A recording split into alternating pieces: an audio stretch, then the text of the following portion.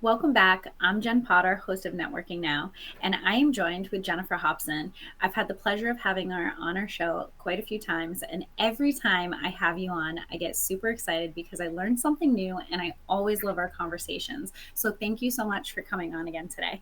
Thank you, Jen. I really enjoy being here. Awesome. And that means a lot to me, right? And there are some listeners that may be new to the show and don't know who you are and what you do. So I'd love for you to tell us a little bit about, what you do and all the things, and then we'll dive right in. Absolutely. So, the quickest version, I come from a retail background, corporate and stores. And in 2017, I actually started my network marketing business, and I was able to grow that and walk away from a 9 to 5 job that felt very suffocating at the time. That network marketing company allowed me to grow in so many different ways, really gave me belief in myself that I could do things I never thought I could. And what I did from there is I added another business because why not have two? And I started Hopson Health. And then this year we've branched out and we're now doing business as Shine Up Coaching. And it's wellness and empowerment coaching. And I think that was really important for me because I was so excited about the health coaching I was doing, supporting people and serving people to feel their best. But I really felt like I had more of a message to also empower people to have the right mindset, to speak into people and encourage them as much as I had been encouraged. And I think that that's one of the things that I've always adored about you right from the beginning is having that mindset of really helping to fill somebody else's cup so they can see for themselves that they are, there's so much more to us that we have to offer to people, but sometimes it takes somebody else pulling that out, right? And I had that done to myself, and it's why I continue to do it. And when we first connected, I'm like, oh my goodness, we're so similar because there's so many, like-minded thoughts and the way that we, interact with other women and other individuals, but at the same time, we do things that are completely different. So I always find that to be absolutely amazing because when we do things that are similar but our backgrounds are different, it's what makes it so unique and awesome because we're able to contribute so many of the same things, but at the same time put a different spin on it too, right? For And sure. yeah. Well, and to harp on that, and what we have been talking about in previous is that's where you've created a safe space. And I think that's what's important, especially for women, is we've been taught, you know, not necessarily to be the most supportive of other women or I can't succeed because you're succeeding. And that's the biggest lie that we've actually been told is that we can't succeed if someone else is already having success. The idea and the truth is that we can all succeed and we're going to do it faster and bigger if we support one another.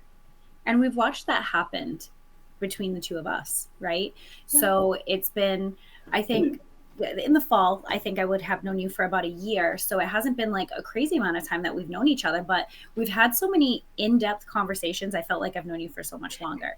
And so it's such an amazing thing that, once you start to get to know somebody and it's more than superficial and you really get to know who that person is, it doesn't matter how long you've known them for because you really get to know who they are as a person. And I've had the pleasure to really get to know you, which and again, every time I talk to you, I feel like, oh, I can learn so much more. I can't wait to have coffee and just learn so much more.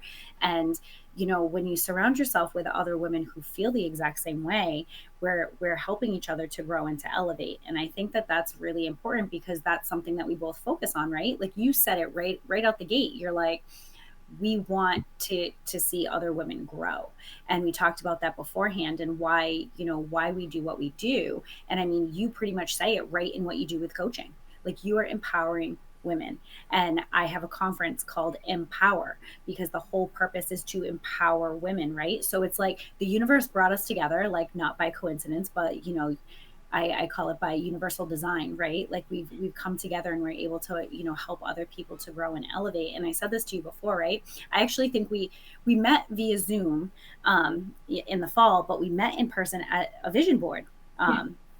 Part of the conference, and it was really cool because, like, we were able to connect in person, talk about the things that we want to do in business, and watching what you put in your vision board, but then also watching it start to come to life. So I think that part's been really beautiful because I've had that opportunity to kind of watch that and watch you grow as well. And I said this to you before, Like, I know some of the other things that you're working on, and I got excited. Like, you sent me that text message yesterday. I'm like, oh my god, this is amazing, because but it's genuine, and I'm not just saying that to say that. Like, I get goosebumps when I think about it. When other women are elevated, I want to grab your hand, and I want to rise up. Like, I want to take that next step and say, how can we help each other continue to grow, because it's not hurting me. And if your success is hurting me, then, I need to reassess where I am in life, Yeah. because I think it's so important that we recognize that your success is your success and mine is mine. And they may look similar, but they're also very different, right? Yeah. And our definitions are always going to be really different. That's Um, it's very true, very true. And I think a couple of the things that you pointed out, saying the universe brings like-minded people to you. What I have to say about that is the universe is only going to do so much. You also kind of have to feed it the types of things you're looking for. So what's interesting is I try very hard, not hard, it's not hard work, right? But I try diligently to control what I watch, what I listen to, what I read, and the people I surround myself. And that includes social media. And if it doesn't serve me, I block it and move on. If the person, even if it makes me feel a certain way, I block it and move on. And I had really created an algorithm to where your conference showed itself to me, and that gave me the opportunity. And it's also identifying those opportunities, but not literally waiting for them to knock on your door. You go, okay, here's the opportunity. Let me take action and continue to put myself in front of the types of people that I want to be associated with, honestly, where they go, oh, you know what? I'm thinking about the gens. You're surrounded with a couple of gens, and because I want to be associated with these types of people. I don't really want to be associated with this type of person, and everybody's on their own growth journey. But for me, elevating myself, there's certain people that I want to be identified with, and the universe can only do so much. So you have to remember, you have to also feed it a little bit of what you're trying to accomplish. And like you said, yeah, when you click with someone, it doesn't take years and years to start to go in depth because you get to know them. And that for me, for a long time, was hard because it was hard to be vulnerable. And sometimes you have to be willing to be vulnerable to really connect with people and build a relationship, whether it's in business or in coaching or just side by side support. And I say it all the time. And this really came from my network marketing business because it's not something I experienced in corporate. It was, we're not all going to succeed unless I put my hand down and pull you up with me. yep. And I think that's true of so many things. And we've just been taught time and time again of you have to climb your way to the top. Well, if you're climbing your way to the top, then you get to the top and there's no one with you. And also see, that's not really, that's not really a great thing. And then on the other side of it is going, if you're focusing so much about what's going on in someone else's world, you're taking attention away from what you're trying to build. So yes, you want to lift up people and you want to involve them. You don't want to be focusing on what they have and what you don't have. Right. You want to focus on what you truly have. And it's funny, I read something this morning, and it was almost that verbatim, right? And I probably had to hear it for a reason. And whatever that reason was, and it could have been just to say this, right? And the reason is, or what it said was, is that, sometimes, when it comes to other things that are around you, and you look around and you say, oh, I have this house, and I have, it only has this many rooms, and it's not as big as my next door neighbors because they have a bigger house. What if you stopped and said, whoa, I have a house to live in? I have all of this abundance. Like, I'm able to come home to a safe space. I have more than what I thought I would have had. And stop worrying about what the person's house next door looks like, and really start thinking about what we have and why we're grateful for all of that, right? And sometimes we lose sight of that. We lose sight of what we have and the gifts that we have in front of us, because, like, just like you said, everybody's journey is different. What I have and what you have are two completely different things. What I see, wealth and abundance, you may see completely different. And so being able to just recognize what that is for us and how we see it, I think is where the beauty comes in, right?